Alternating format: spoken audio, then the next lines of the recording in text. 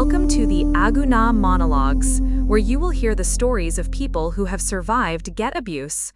This story is being read by an AI voice. Disclaimer: details have been changed.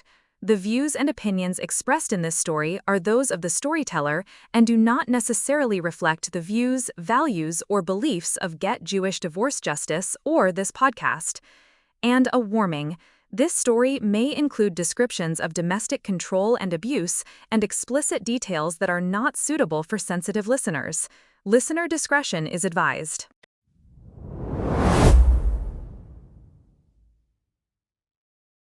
I am happy to help Esther Machner's organization by sharing my story. The Get Jewish Divorce Justice organization plays a very important role in helping with an issue that many people probably don't understand, because thank God they don't have to deal with it. To be honest, I've really tried to leave this episode of my life behind, though I've carried the practical consequences for years after my ex finally accepted the get. When I hear some other stories, I feel blessed that the situation only lasted for a few months, but they really seemed interminable at the time. My relationship had been in decline for a long time. For many years, we stuck it out, basically leading separate lives. We were both busy and content with our jobs and our rich social life within the Jewish Orthodox community, but I made the decision to see if there was any way for me to still have a happier life than remaining in a marriage that, for all intents and purposes, was just being roommates. Being stuck in a bad marriage was a guarantee that I would never find happiness, and even being alone seemed like a better option. At first, when I told my wife I wanted a divorce, things were relatively civilized. As the mediation progressed, I asked her if we could already get a get, so at least we would be divorced religiously. To my surprise, she refused. It was the first time that somebody was openly limiting my freedom, and I had a lot of frustration about it. I filed an application for a get at my local Bais Din, the Rabbinical Council of California, RCC. Over the course of my interactions with the Bais Din, I contacted both the rabbis, but mostly I interacted with the Bais Din secretary via email. The Bais Din let me know that the accepted norm was to wait until the civil matters are settled. The agreement in civil court needed to be finalized first, before progressing with the get. I pointed out that the civil matter was unrelated to the religious matter. I know there are Bais Din where there is no conditioning of the get. They just reiterated that until both parties were willing to accept the get, they would not proceed. After the RCC expressed their position, it became very difficult for me to have my calls and emails returned.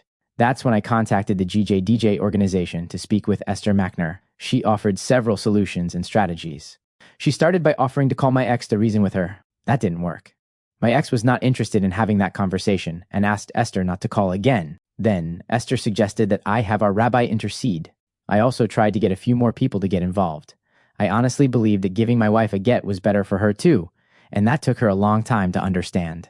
At the time of our divorce, she wasn't exactly focused on understanding my motivations. I thought other people may be able to get through to her so we can interact in a more reasonable manner, but when I approached, I mostly received patronizing answers from people asking me, "What's the hurry?" On top of hitting the blockade at the Bais Din, I was starting to feel like I was stuck in a fishbowl. People felt like they were in a position to advise, comment, and patronize me, and interfere with my life under the guise of helping. I never experienced anything like it before my divorce. People had never crossed boundaries into my business like that before. That's really not what I was contacting them for. I was only looking for assistance to get my ex to come to the table so I could sign the get. I could sense that my rabbi's reluctance to get involved was due to his belief that if he didn't help me get divorced, he was giving me more time to think through my decision to divorce, and I may reconcile with my ex and stay in the marriage. Again, it was a decision that I wasn't asking him to make for me. I knew him for a decade, but after that, I left the congregation. Esther Machner did actually take the time, a lot of time, to familiarize herself with the situation. Since I wasn't able to get through to the RCC, and they wouldn't budge on their position about signing a get before finalizing the divorce in civil court, Esther suggested that we use another Bais Din, one that was out of town. The international Bais Din do summon spouses for the get without waiting for the civil case to wind its way through the court. They also investigate whether certain dynamics within the marriage are sufficient grounds to void the marriage, which enables people to remarry without a get.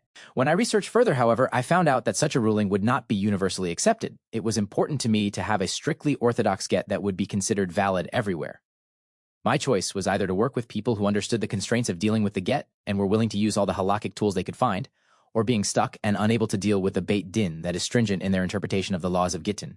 I would have liked to sit down with the rabbis and have a chance to explain the realities of my situation, to give them an accurate picture of what I felt I was dealing with. Same with the people I approached. I may have valued their input if they would take the time to interpret things accurately before they interfered, I didn't find anyone to help who would really listen. I felt like I didn't have anyone to talk to. I felt like I had no support. When I realized there was really no way out, and I didn't want to be stuck in the situation for months or years while we worked out the civil, I ended up giving in to almost all of my ex's demands in the civil agreement. I accepted terms that have later impacted my life negatively. I just wanted to sign and get the whole thing over with. The position of the Bais Din, where they would not proceed with a get until all civil matters were settled, basically allowed my ex to use my religious values as a way to gain leverage in negotiating the terms she wanted for the civil arrangements, and to exert more control over all the details of the situation. I think that at the time, I was frustrated when I saw how she was able to weaponize and use as leverage an archaic law that gives all the power to a disgruntled ex-spouse to withhold the other's freedom. But even more than that, I was frustrated with the fact that the Bais Din, which I approached, refused to help. They refused to return my call and emails. They offered no options, no support, no information. I think this is where the real problem lies. I believe they can do more to encourage the recalcitrant party to comply. And on top of that, they can do more to provide data and information to both parties. A little sensitivity, or a sense that they care about you and your case, would also go a long way. I feel very bad for all these women who have been stuck in this intolerable vice for years. I couldn't handle being chained, even for the relatively short time my situation lasted. The whole situation created a lot of added animosity and resentment, and I feel that it impacted the way we co-parent our children. Had things gone otherwise, we would have a more peaceful interaction today. The point I wish to make is not the anecdotal facts of what happened between my ex and I, but my experience of how the religious Orthodox Bais Din system is creating these untenable situations by giving the power to the recalcitrant party to refuse a religious divorce, keeping the other spouse hostage and unable to move on. There is so much more they can do to make the process more palatable, even when they hold the most stringent view on the laws of Gittin. We have to live within our times. I believe the halachos were written in ways that allow for certain adjustments to the times we live in. I know that there are Bais Din out there who function differently, but it's hard to make changes that will be accepted unilaterally in today's Jewish world. I wish Esther Machner and her organization much success. Anyone who assists in these matters should be blessed.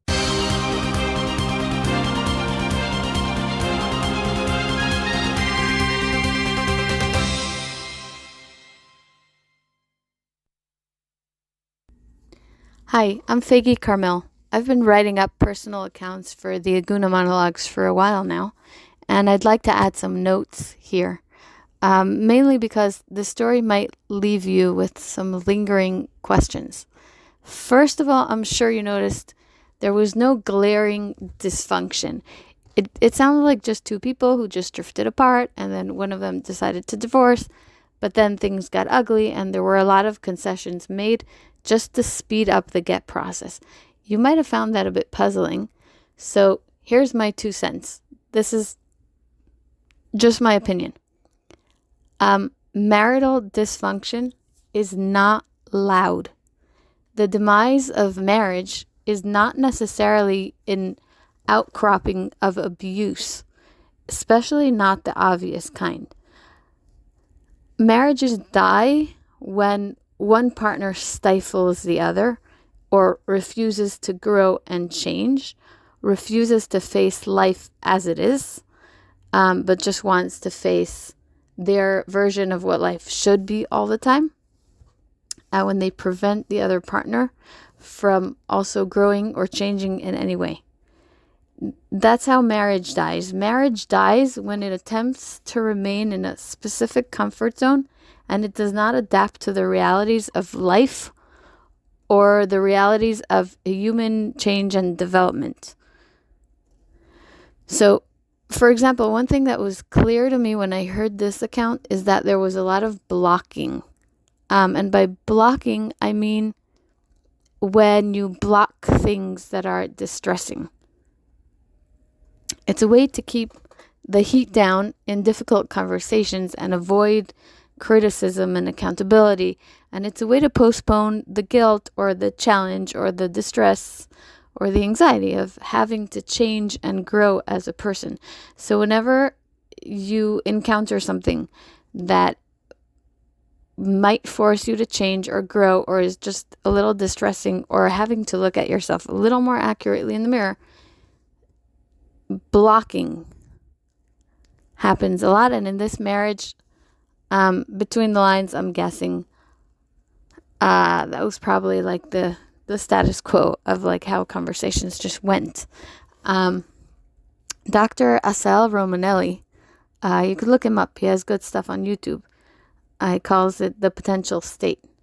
He says the blocking triangle is made of surprise, insult, and disappointment. So when your spouse brings up something difficult and you react with surprise or by being offended or disappointed, you're casting the person who brought up the issue as the villain.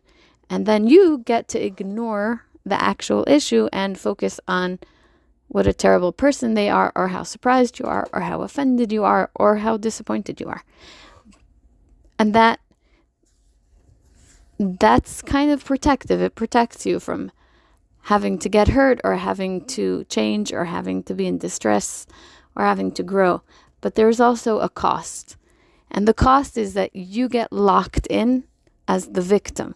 So you might be able to maintain your sense of righteousness or ego, but you also stay small and reactive. And the worst part is that over time, your spouse and everyone else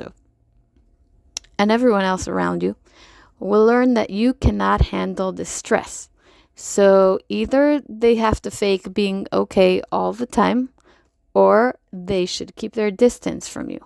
And you end up with a relationship that is shallow and boring and distant, very distant, and completely superficial and performative. Blocking doesn't sound like abuse or manipulation because we usually imagine that it's protective, and it is. But the other spouse ends up feeling like they are forced to always behave and present themselves in a certain way to avoid hurting, offending, surprising, shocking, or disappointing you. And anytime they try to get their voice heard and you shatter, they learn that their voice does not count in the relationship. The way a couple turns into being just roommates, like the description in the story, usually involves many attempts at creating some kind of meaning in the relationship and being shot down the minute it gets too hot or distressing, until they just learn there's no point to keep attempting it. And then life kind of goes on because you focus on the day-to-day. But unresolved issues like that are like a cancer that metastasizes very slowly and kills all the emotional depth and leaves you walking around with like a sick, hollow feeling all the time. Marriage is not pretty, but divorce is even less pretty. Growing is not pretty. And also, growing does not happen in your comfort zone. Growing is difficult. It's an anxiety-ridden process. And it requires incredible courage. It takes a lot of guts to shake up something that seems to run smoothly in its familiar grooves and tracks. And switching tracks, that takes a lot of effort and a lot of power and a lot of courage.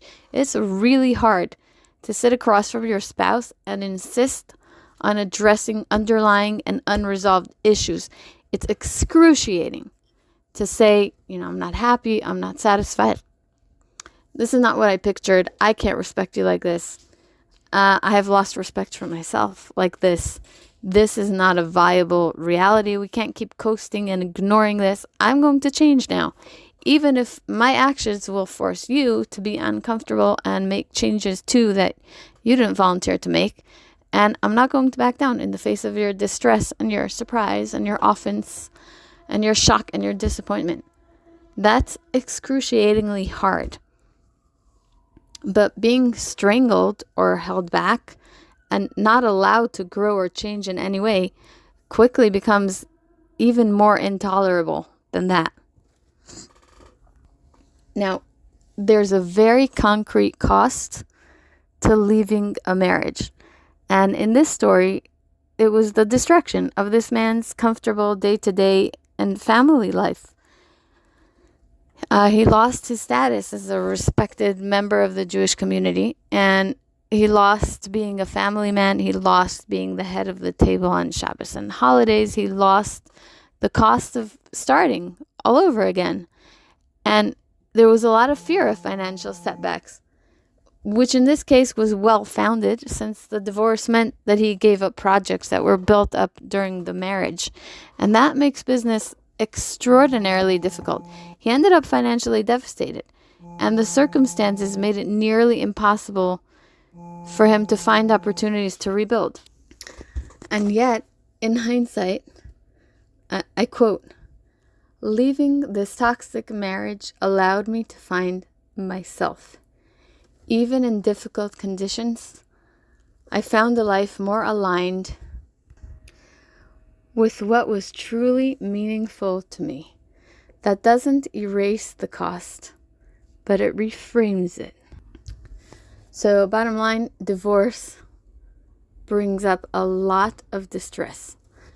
I can say with absolute certainty that not divorcing has to be even more distressing than staying, or nobody would be attempting it. I mean, look, I truly believe that there are ways to overcome the distress and have the hard conversations and do the actual work and create a meaningful relationship where you can hold on to yourself inside the relationship without leaving it, even after years of blocking and withholding and stifling your resentments. There is, in many cases, but in others it's just not possible. But I can guarantee nobody wakes up one morning and casually decides to embark on a journey of divorce just for the fun of it. And that's one reason why get refusal is so egregious. It's emotional abuse. Think about it. You end the marriage, you break the bond, you've gotten yourself free, partially. You still need to remain in the framework of the marriage. Yes, you don't have to deal with the day-to-day of the marriage when you're separated, but without a get, you're still stuck hanging around on the property. And there isn't a real deadline. There's no definitive exit date. It's like, well, your jail sentence is over, but you still need to live on the prison premises for a few more years. When a person initiates divorce, they're paying a huge price, emotionally, financially, and socially. They're blowing up their whole life to get out of the marriage, and get refusal means they're not getting what they paid for. The freedom they sacrificed everything for is withheld. Meanwhile, the person who's refusing holds all the leverage at very little cost to themselves. It's not just spiteful. It's not just a manipulative tool. It's not just a negotiating tool, but it's weaponized. It's a tool of continued captivity that makes a mockery of every sacrifice the leaving spouse already made inside the marriage and in the leaving of it. And here's a point I want to make very strongly. Dysfunctional patterns do not show up suddenly for the divorce. They always already existed in the marriage, way before divorce was ever even entertained. And that's my next point. There's no being neutral in the case of get refusal. Bais Din today try to focus on only getting the get signed and delegating the dysfunction to an outside therapist or whoever. Many Bais Dins are operating like they're a technical service, like you pay, you get a product, it's not personal. But a get is about dissolving a relationship. And when the dynamic is dysfunctional, you're never really in a position to play a neutral role. Because when you try to, you're allowing the dynamic to continue as is. And you're tipping the scales in favor of the person who is continuing to perpetuate the dysfunction. And you're allowing them to continue to perpetuate it. The two parties are not in a neutral position. One of them wants out and has already paid an enormous price, and the other is refusing and holding them hostage. And they're trying to soothe their hurt and pain in ways that are immature and dysfunctional. So treating an inherently unequal situation with procedural neutrality, giving it equal time, equal weight, equal patience, means protecting the status quo, and the status quo is dysfunctional and uneven at its core. So real justice in an unequal situation requires accounting for the imbalance, not pretending that it doesn't exist. A neutral posture in a structurally unequal situation is not actually neutral. It's a quiet endorsement of the power that the get refuser holds. And the Bais Din system needs to be able to identify and acknowledge the dysfunctional patterns of a divorcing couple that have gotten to the point of withholding a get. The system should have ways to mitigate this kind of dysfunction, not to enforce it. How?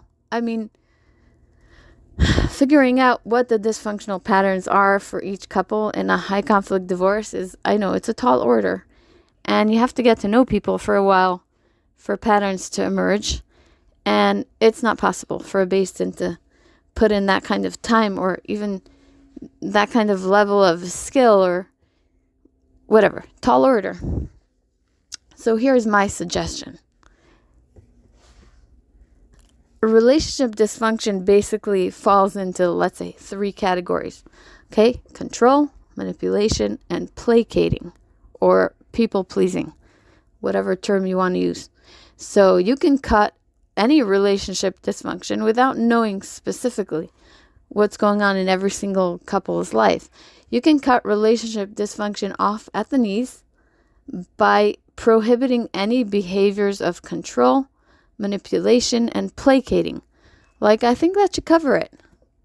The get has to be unconditional and written first before deciding anything else, so nobody can use it as leverage.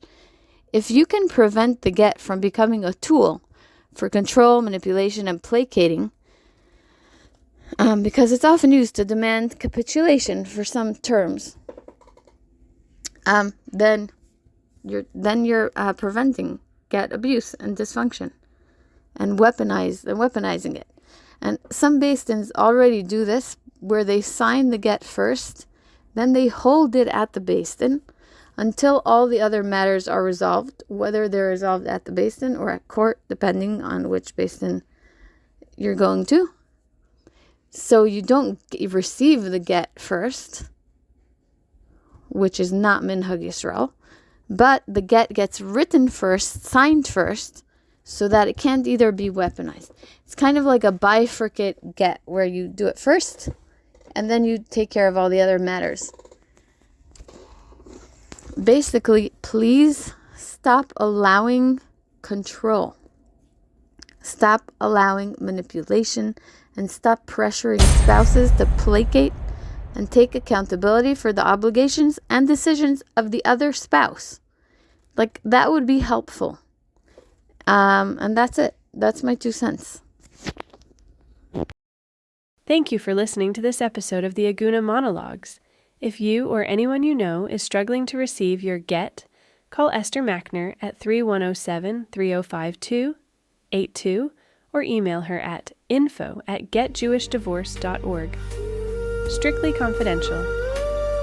Esther Machner is the founder of Get Jewish Divorce Justice, which is a nonprofit organization based in Los Angeles. The organization is dedicated to the prevention of abuse in the Jewish divorce process, using legal and halachic strategies to help navigate get refusal in both the Bais Din and the court systems. All services are free, donations are welcome. Just go to the Get Jewish Divorce Justice website and find the Donate Now tab.